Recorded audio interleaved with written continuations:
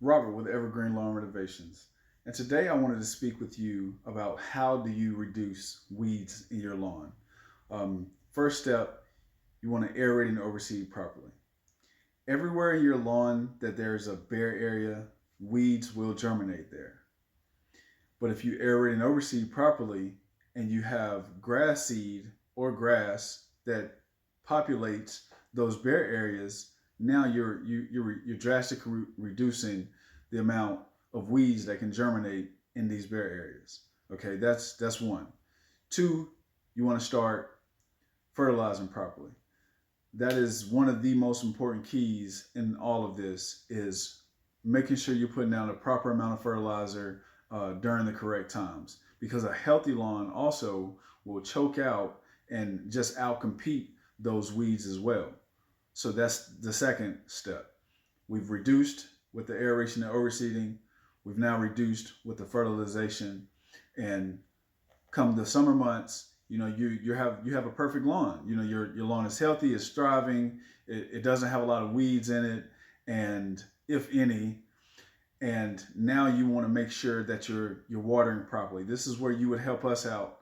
You water properly, 2 to 3 times a week, depending on the amount of rain that we're getting. If we're getting about an inch of rain that week, then you don't have to water at all. So the next step we would want to do is we would want to start treating with fungicides.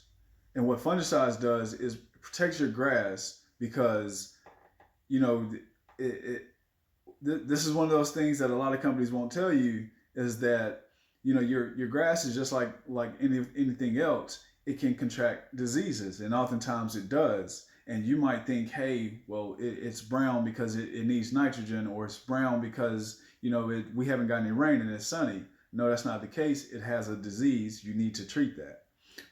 That's another step. So you do that so that you're maintaining your already healthy grass. You don't want it to start deteriorating. You want to maintain its a healthy stand of grass. And now, once you complete that cycle, you get back into the aeration and overseeding. So you're constantly, and you build it up, and over about a year's time, you can go from having literally a lot of weeds and just a lawn that doesn't look great to actually a perfect lawn, and one that looks awesome if you follow these steps.